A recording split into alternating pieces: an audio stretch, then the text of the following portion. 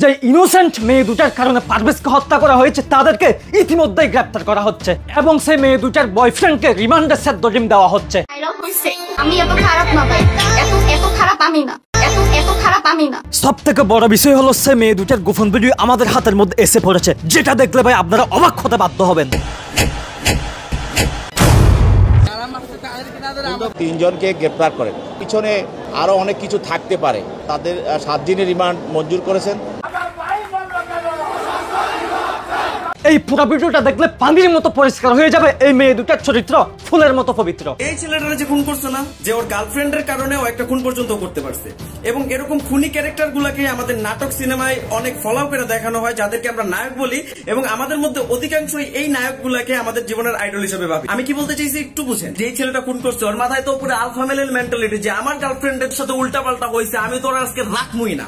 যখন শয়তান তোমার ভিতরে সরাসরি ঢুকতে পারে না, তখন তার ফিতনা হিসাবে একটা নারী পাঠায়। যেই মাইয়াটার কারণে পুরো ইস্যুটা ক্রিয়েট হয়েছে, ওই মাইয়াটার দেখবেন যে বাপ মা একটা ভালো জায়গায় বিয়ে দিয়ে দিছে, এবং 4-5 বছর পর সবাই ইস্যুটা ভুলার পরে ওই সোশ্যাল মিডিয়াতে এসে পোস্ট দিব, my husband is my life, I am so proud of my husband. মেয়ে যদি ম্যাগি হয়, বয়ফ্রেন্ড হয় গুন্ডা, আর শাস্তি সোজা কুফিয়ে মেরে ফেলা। একটা ছেলের হাসি আর দুটা মেয়ের ইগু, ফলাফল মৃত্যু। এই সানি লিওন আর মিয়া খলিফা সহ্য করতে পারেনি, পারভেজ কেন হেসেছে। এই মেয়েগুলার ইগু যদি একটু কম হইতো, পারভেজ হয়তো আজকে বেঁচে থাকতো। ছেলেটা হেসেছে, ম্যাগি দুটা সহ্য করতে পারলো না, সাথে সাথে বয়ফ্রেন্ডকে ফোন দিয়ে বললো এইটা আমার ডিসরেসপেক্ট করেছে। ডিসরেসপেক্ট মানে জানেন, সানি লিওন আর মিয়া খলিফার দিকে তাকাইছে।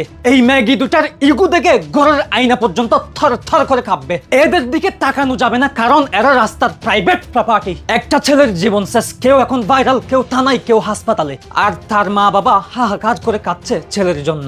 এই ম্যাগি দুটার অহংকার একটা ছেলের জীবন নিয়ে নিল। এখন এই ম্যাগি দুটো লাইভে এসে সোজা ক্যামেরা অন করে বলতেছে আমরা তো কোনো কিছু করিনি ভাই, ও তো এমনি এমনি মরে গেছে। বাইরে এরা যদি নির্দোষ হয়, তাহলে প্রশ্ন থেকে যায় কাশিমপুর জেলে কয়টা নির্দোষ বসে আছে? তোমার কথাই তোমার বয়ফ্রেন্ড পারভেজকে খুন করছে, এখন বলতাছো আমরা তো কিছুই জানি না। একটা নিরীহ ছেলের জীবন শেষ হয়ে গিয়েছে, আর তোমরা লাইভে এসে নাটক করতেছো। তোমাদের মতো মেয়েরা সমাজের আসল বিপদ, ভিতরে নরম বাইরে নাটক, আর ইগু তো বুজ্জা খুলি বাচ্চাইতেও বড়। ছেলেটা তাকাইছে, তাতে কি তুমি কি রাস্তা রানী যে সবাই চুপ নামিয়ে চলবে? তাকানো আর হ্যারাসমেন্ট এক জিনিস না। তোমার ইগু যত টক্সিক, তোমার ড্রামা তত ডিস্ট্রাকটিভ। তোমাদের মতো মেয়েদেরটাই এই পৃথিবীতে না, সোজা কাশিমপুর কন্ডম সেলে থাকা উচিত। মায়া হইছস মানে মানুষ হয়ে গেছস, এই চিন্তা বাদ দে। কারণ তোদের মতো অনেক মেয়ে আছে যারা চোখের পানি ফেলে এবং পিছন থেকে এভাবেই ছেলেদের জীবন নষ্ট করে দেয়। মেয়েদের সাপোর্ট দেওয়ার জন্য সমাজে অনেক আইন আছে, কিন্তু ছেলেদের কোনো বিচার নাই। আইন তো সবসময় মেয়েদের পাশেই দাঁড়ায়, আর মেয়ের বানানো গল্পে একটা ছেলের জীবন তছনছ হয়ে যায়। এই দুইটা মেয়ে ছুরি চালাই নাই ঠিকই, কিন্তু ছুরি কোথায় চালাতে হবে ঠিক তারাই বলে দিছে। তারা সরাসরি খুনি না, কিন্তু খুনের চাবি তাদের হাতেই ছিল। এই মেয়ে দুটারে এখনো পর্যন্ত কেন গ্রেপ্তার করা হচ্ছে না, এটাই এখন জনগণের প্রশ্ন।